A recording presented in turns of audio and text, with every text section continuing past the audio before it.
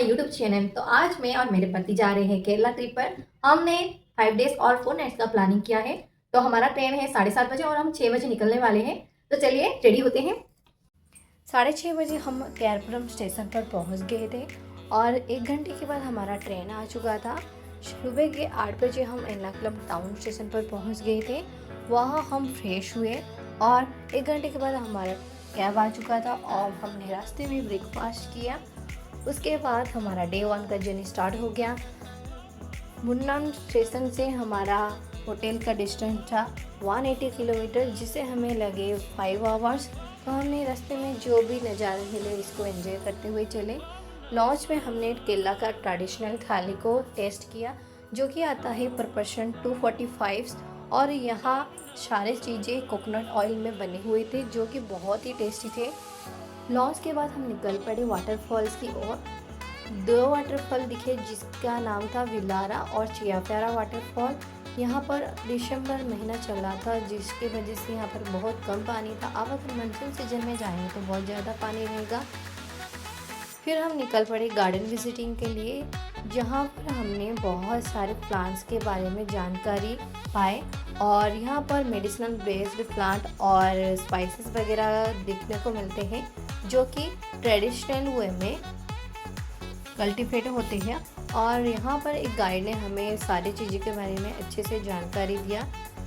आप अगर जाए तो यहाँ पर ज़रूर जाना, आपको बहुत ही अच्छा एक्सपीरियंस मिलेगा। फिर हम गार्डन विजिटिंग के बाद हम गए उनके शॉप पर, जहाँ पर उन्होंने ट्रेडिशनल वे में बने हुए सारी चीज़ें हमें दिखाया। हमने सब चीज़ों में से कुछ कुछ खरीदा।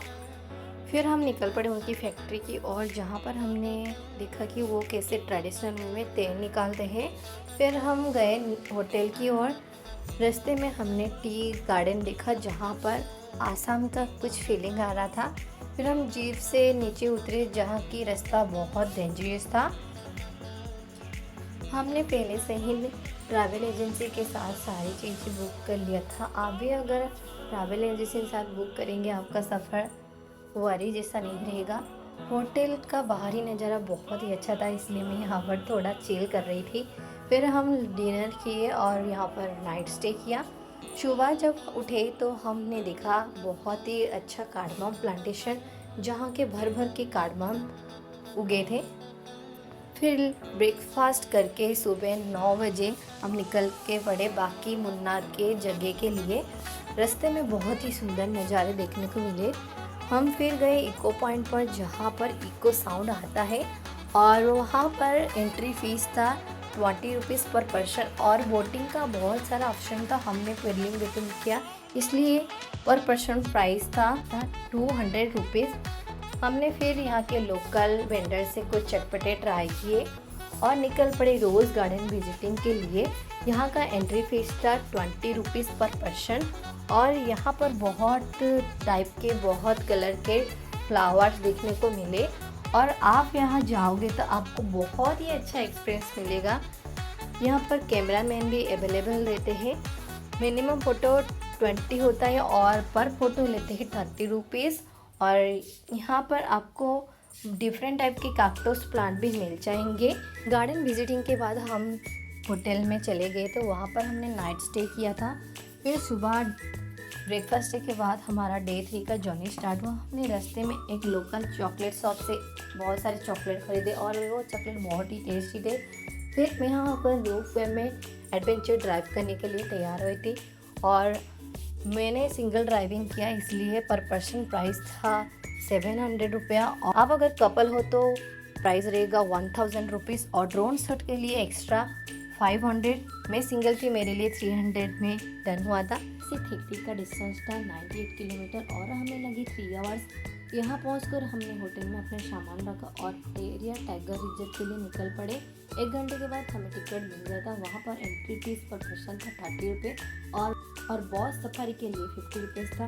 लेकिन दुख की बात है कि यहाँ पर एक भी टाइगर देखने को नहीं मिले।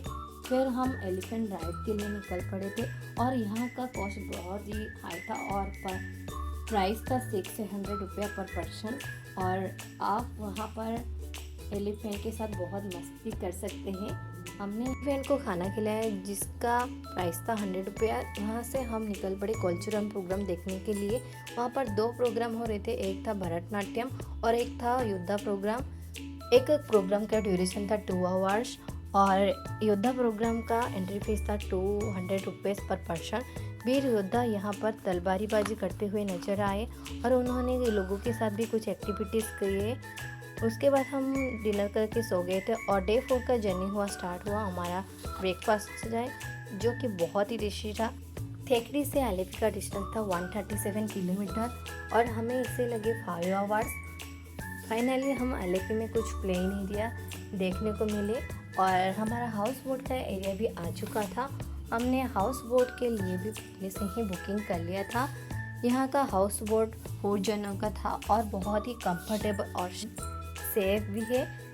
यहाँ पर ब्रेकफास्ट, लंच और डिनर का भी ऑप्शन मिल जाएगा आपको। यहाँ पर खाना बहुत ही टेस्टी था और सबसे ज़्यादा अच्छा एक्सपीरियंस हमें हाउस बोट में मिला, जहाँ पर हमने 1 नाइट स्टे किया था। यहाँ पर हमने बहुत सारे फ़ोटो और वीडियो भी बनाए। फिर हमारा डे 5 का जर्नी स्टार्ट हुआ सुबह के 9:30 बजे और हम फोकलोर म्यूजियम में चल पड़े थे, जो कि था कोची में। और कोची हमारा लास्ट डेस्टिनेशन था।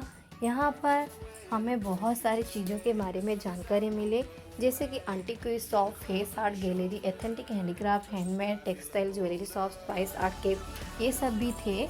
और यहाँ का एंट्री फीस था 200 रुपये पर पर्सन और कैमरा अलाउ के लिए 50 रुपये एक्स्ट्रा। फाइनली हम कोची रेलवे स्टेशन पर पहुँच गए थे। गॉड्स ओन कंट्री कहलाने वाला केरला बहुत ही नेचुरल ब्यूटी से भरा हुआ है। हमें तो बहुत ही अच्छा लगा। ऐसे ही वीडियो के लिए हमारे चैनल को सब्सक्राइब करना ना भूलिए। चलिए मिलते हैं नेक्स्ट वीडियो पर, तब तक बाय, स्टे ट्यून्ड।